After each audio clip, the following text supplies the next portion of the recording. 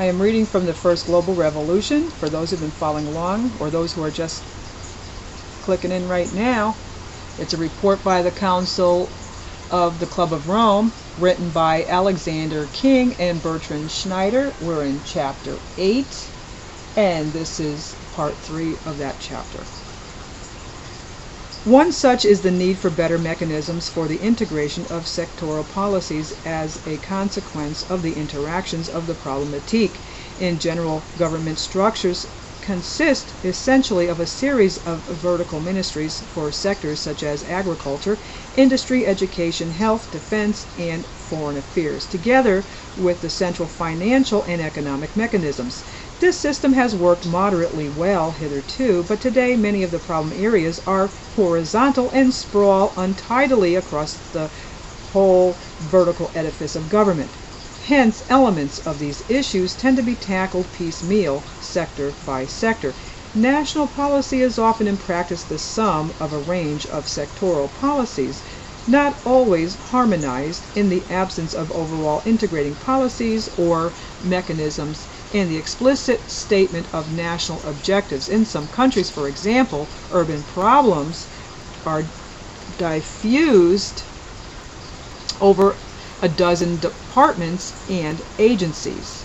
Attainment of the goals of one department's policy may easily give rise to difficulties in other areas of policy, or at times give rise to unexpected reinforcements. The complex, intertwined nature of contemporary problems suggests that in the future we must expect intersectoral conflicts more frequently that will delay decision-making and implementation. The integration of policy is, of course, the function of the President, the Prime Minister, or the Cabinet. In the fields of economic and foreign policies, this is taken quite seriously in most countries. However, in other areas, this is much less so. National leaders are so harassed by day-to-day pressing problems and putting out of political fires that they just do not have the time or the detailed information necessary to deal in depth with the extraordinarily wide range of interacting policies which contemporary government involves. The staff function found so necessary by the military and by large corporations is very weakly developed in most national administrations. Furthermore, when attempts are made to reinforce it by the introduction of advisors, this is often resented by the public as an inflation of the bureaucracy and by the departmental ministers as a threat to their power and influence. At lower levels of decision-making, the traditional approach to the harmonization of sectoral policies is the function of interdepartmental committees, useful certainly, but they can be a dreadful waste of time for senior line officials.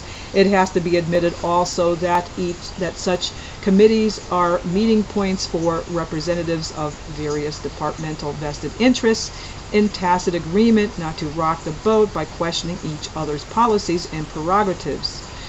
Incremental changes can be discussed openly, but ongoing policies and programs are sacrosanct. In the final analysis, coordination is generally affected by the Treasury on financial grounds and often without concern for facts and objectives. The problems of horizontality became acute during the oil crisis of the 1970s, when it was impossible to ignore the impact of shortage and price increase on a wide range of sectors, from foreign policy to the environment. One solution was the creation of an energy czar, expected to coordinate but given no real powers to do so. Another was to create super ministries by coalescence of some of the existing agencies, but experience showed that the barriers between sections of a department could be as impenetrable as those between former separate ministries. A second area of difficulty concerns the conflict between long and short-term issues. This is a major and endemic problem. The normal parliamentary cycle of 4 or 5 years between elections is a feature of democratic governance. The power game of party politics determines that both administrations and oppositions have to respond quickly to issues which are of immediate concern to the electorate, if they are to retain or to achieve power at the next election. Governments, like individuals, tend to ignore problems that can be put off till tomorrow, in this case, until after the next election. This has probably mattered little in the past, but in periods of rapid change, such as the present, what formerly appeared as long-term tends to race into the period just 5 to 10 years ahead, i.e., into the period of the next administration. As a consequence, the new government inherits a legacy of neglect. Untackled problems come home to roost, become compounded, and there is descent to a rhythm of crisis government, a staggering from one emergency to the next, monetary, social balance of payments, unemployment, inflation, and the rest. Each crisis is resolved by pasting paper over the cracks.